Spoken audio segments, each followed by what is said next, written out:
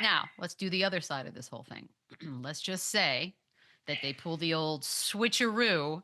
They draft him, Chandler. They draft Cooper Flagg, and then they immediately trade him for a superstar.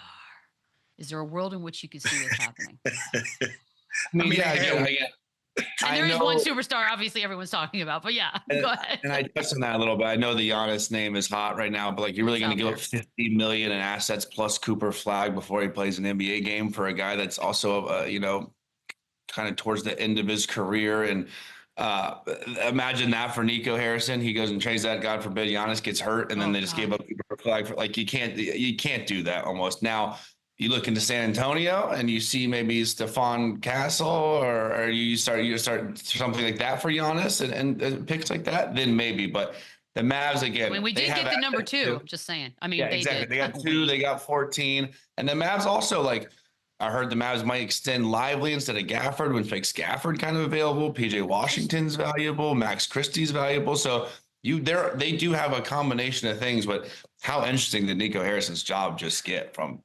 Did you see how he was celebrating last night? Oh my God, that was real glee right there. He was, and you know what? I don't know the dude. Well, I don't know, but I'm happy for him because, again, he didn't do anything. It's luck, but like, at least he now is back in the driver's seat. He's got the ace of spades in his hand, and like he has options like moving forward this summer. Yeah, there's no longer just like you're being buried alive. It's like all of a sudden you can breathe again. Like, okay, don't screw it up.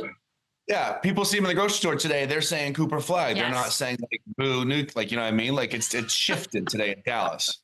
You're not cursing the ground you walk. I wouldn't go that far, but it just wasn't as bad yesterday as it is today, Chandler. Like, because a lot of fans probably feel how we feel. It's still that feeling of uncertainty. Like, okay, so now we have the number 1 pick. What are you going to do with it? Because we've seen you make, I don't want to say questionable decisions, but we've seen you make decisions that doesn't necessarily that we agree with as the fan base. So they're probably still on pins and needles with that pick and seeing what he's going to actually do with it. Yeah, you're gonna be a little gun shy because that was a trauma. As a sports fan, that was a trauma, right? Like, that's not something a lot of fan bases necessarily 100%. Go through, just having that happen. So you're a little bit startled, but let's play GM. Okay, Lou. So you are the GM of the Milwaukee Bucks. Your phone will be ringing this summer. So let's just say that both Dallas and San Antonio are calling, just like Chandler insinuated. You can get the number 1 pick, Cooper Flagg, Gafford, maybe some other players. Or you can get the Spurs 2 lottery picks that they got last night, 2 and 14, plus Stephon Castle, and maybe, who knows, you put something together. What are you tempted by either of those? You got to listen and you got to see everything through. Like, both from us being, GMs in our houses, it sounds great, right? So you gotta listen to all of those things. But again, if I'm the Mavericks and I feel like I have a pretty solid core, I'm going to see it through with Cooper Flagg, and I'm going to give him an opportunity to grow and thrive. And again, you just traded away a superstar. You got a great opportunity of creating and breeding your own brand new superstar that this fan base can grow to love. Why would you kind of trade that away for what Chandler just said, for a guy that obviously you know who he is and established in his career? That's going to give you a great chance to win. But that window is going to be a short window with how old these guys are. It's going to be a 3 to 4 year window. When Cooper Flagg, you can possibly have a guy from start to finish end up have his whole career being played out there, and that's going to give you a better opportunity to win games in the long term. You can look there. And also with San Antonio, I think that makes a lot more sense than the Dallas Mavericks do. So you got to see everything through. You got to listen, and you just got to see what makes the most sense. So Chandler said it. He got the ace of spades in his hand right now. Everything should be moving.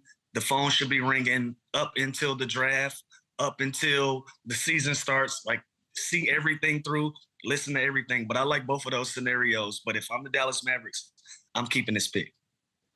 Can you imagine yesterday if I told you know what? The best 3 teams in the lottery, they're going to get the top 3 picks, and the worst 3 teams are going to get 4, 5, 6. Like, it's unbelievable. These now teams, Dallas, play-in team, whatever. Boom. Philly was going to be a really good team until they got hurt, and they had a dumpster fire. And the San Antonio Spurs, arguably now in the same conversation as OKC with all their talent and assets and what they got going on over there.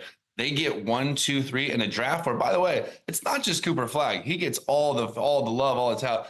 Dylan Harper is an absolute stud, immediate starting point guard probably in the NBA. Ace Bailey is a bucket. DJ Edgecombe is an absolute freak. Like Derek Queen from Maryland. Like you can go on and on. So yes, and by the way, this hurts for like a Charlotte. This hurts for teams that slid. Our guy Ryan Smith, our gracious guest yesterday.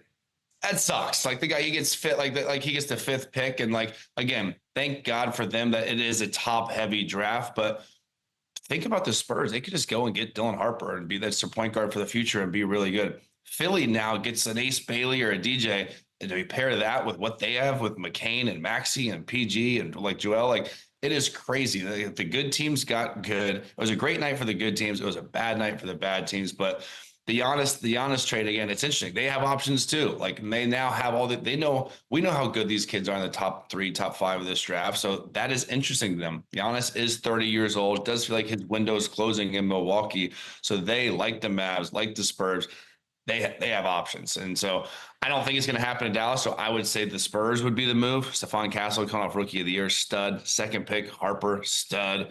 14th pick's probably going to be some value. And also they're going to have to match the salary. Like I said earlier, it's $50 million. It's not just going to be, it's got to be more. I like it to San Antonio if I'm Milwaukee.